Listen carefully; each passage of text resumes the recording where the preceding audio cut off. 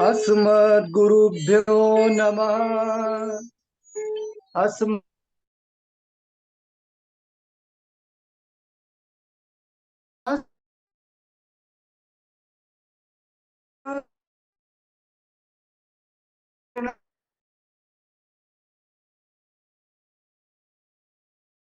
अनुजाय नमः।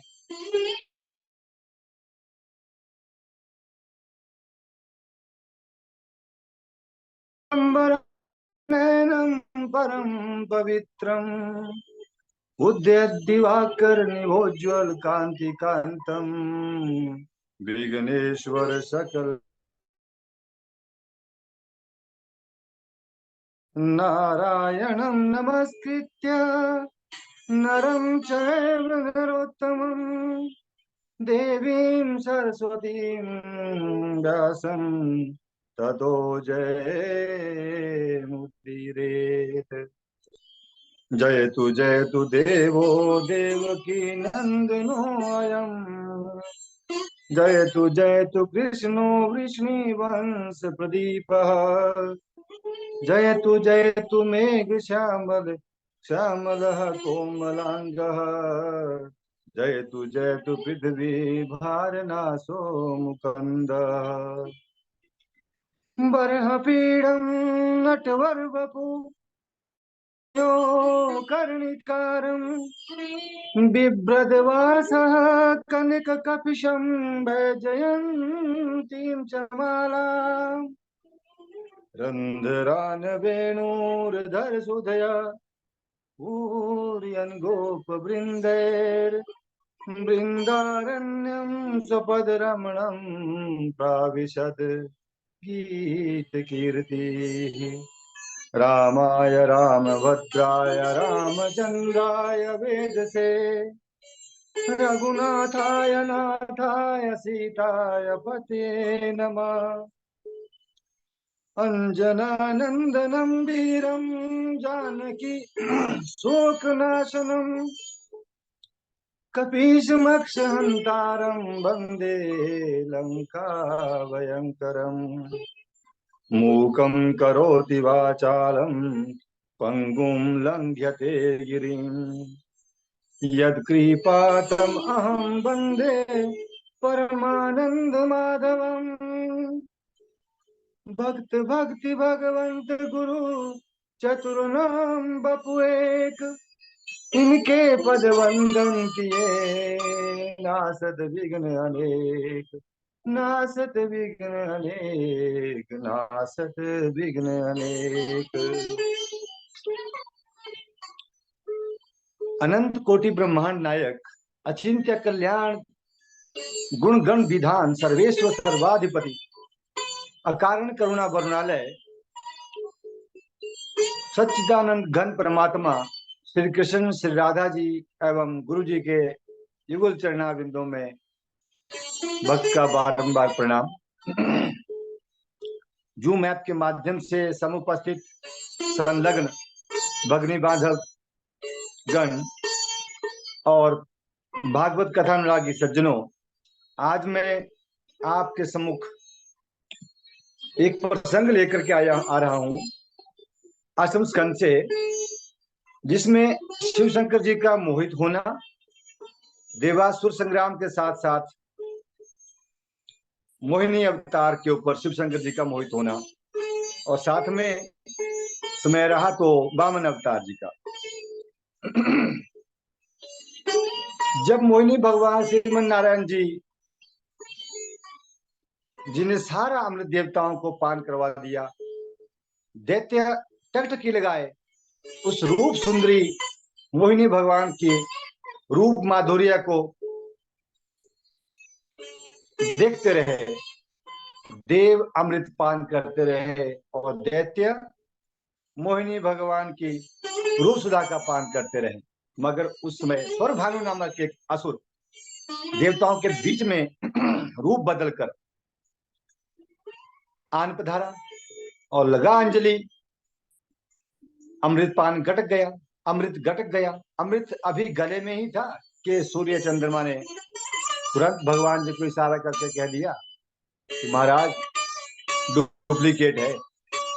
प्रभु ने जैसे ही सुना तो सुदर्शन चक्र धारण करके उस राक्षस की समाप्ति कर दी, सर तन से सिर को अलग कर दिया।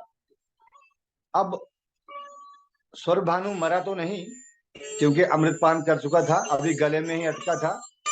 तो एक हिस्से का राहु और दूसरे का केतु, यही दो, क्योंकि सूर्य चंद्रमा ने चुगली की थी, तो चुगली करने के कारण स्वरभानु जो ये राहु केतु रूप में परिवर्तित हुए, यही सूर्य और चंद्रमा को ग्रहण लगाते निश्चित तिथि में। उसी के द्वारा मोहिनी भगवान का भेद खुलते ही मोहिनी भगवान तुरंत अंतर ध्यान हुए। दैत्यों ने कहा, अरे देवताओं, हम तुम्हें छोड़ेंगे नहीं। अरे इस छलिए ठगिए विष्णु को पकड़ो, कहां गया, कहां गई वो मोहिनी? ये कहा, अरे गई या गया, था या थी, मुझे तो लगता है ये तो था, वही छलिए विष्णु। ये देवता हमारे ऐसे बार बार छल करते हैं, हमें सिखा देते हैं और अवसर का लाभ उठा करके स्व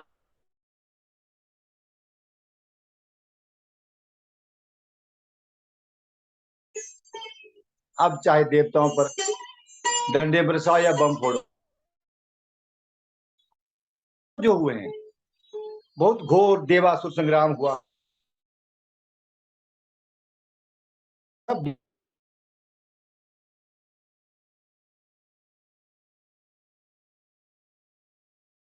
युद्ध में जब इंद्र ने अपने वज्र के प्रहार से दैत्यराज बलि का वध किया, मार गिराया उनको, तब ब्रह्मा जी ने आदेश दिया नारद मुनि जी को कि जाइए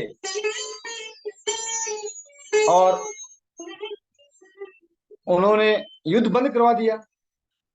नारद जी के कहने पर दैत्य बलि के शरीर को उठाकर गुरु शुक्राचार्य जी के सम्मुख ले गए और घायल जो थे दैत्य उनको भी गुरु शुक्राचार्य ने, दैत्य गुरु शुक्राचार्य ने संजीवनी विद्या के प्रभाव से बलि को पुनर्जीवित किया और अन्य जो दैत्य थे उनको भी, और एक बहुत बड़ी सेना खड़ी कर दी। अब ये प्रसंग जरा विचित्र सा है। भगवान शंकर ने जब सुना कि समुद्र मंथन से अमृत निकला है, तब भगवान गोविंद ने मोहिनी अवतार लिया था। तो भोलेनाथ कहने लगे कि मैंने भगवान श्री के सारे अवतार देखे हुए हैं, जितने भी हुए हैं, पर उस मोहिनी अवतार को मैंने अब तक नहीं देखा। भगवान के इस मोहिनी रूप को देखने की लालसा महादेव के मन में जगी और भगवान भोलेनाथ नंदी पर सवार होकर के भगवान श्री के पास गए और कहने लगे,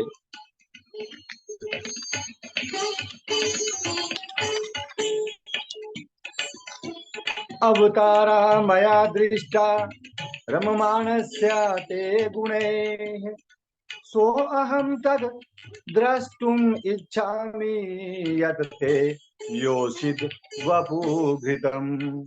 हे प्रभु, आपने जिस मोहिनी स्त्री के रूप को धारण किया और देवताओं को अमृत पान करवाया, उसे मैं देखने के लिए बहुत उत्सुक हूँ।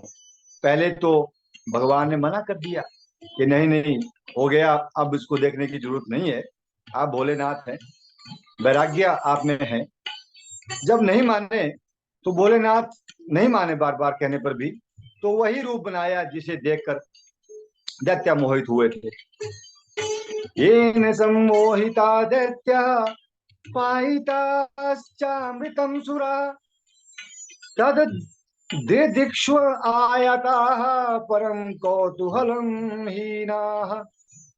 भगवान शंकर उस मोहिनी सुंदरी जो हाथ में गेंद लेकर के सुंदर रूप वन में खेलती जा रही थी, उसको पकड़ने हेतु शिव शंकर जी ने उसका पीछा किया।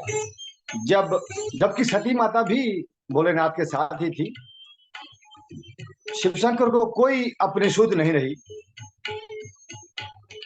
शिवशंकर जी ने जो हाथ में माला पकड़ी थी उसे भी वहां पटक दिया, और जहां तहां शंकर जी का शरीर से कर पदार्थ स्खलित हुआ, वहां वहां सोने चांदी की खाने बन गई। ठीक उसी समय भगवान नारायण ने एकदम से अपनी माया को हटा लिया। माया के हटते ही शिवशंकर जी को अपनी स्थिति का भान हुआ। वे समझ गए कि प्रभु,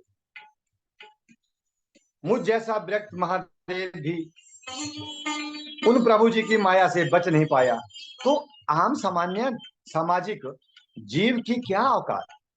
अर्थात श्री भगवान की माया इतनी विचित्र है, प्रबल है, शक्तिशाली है कि भोलेनाथ भी उससे अछूते नहीं रहे, और वे सहज स्वरूप में इन सब को सोचकर सहज स्वरूप में मग्न हो गए। बोलिए शिवशंकर भोलेनाथ की जय। यहाँ पर एक बात समझने योग्य है।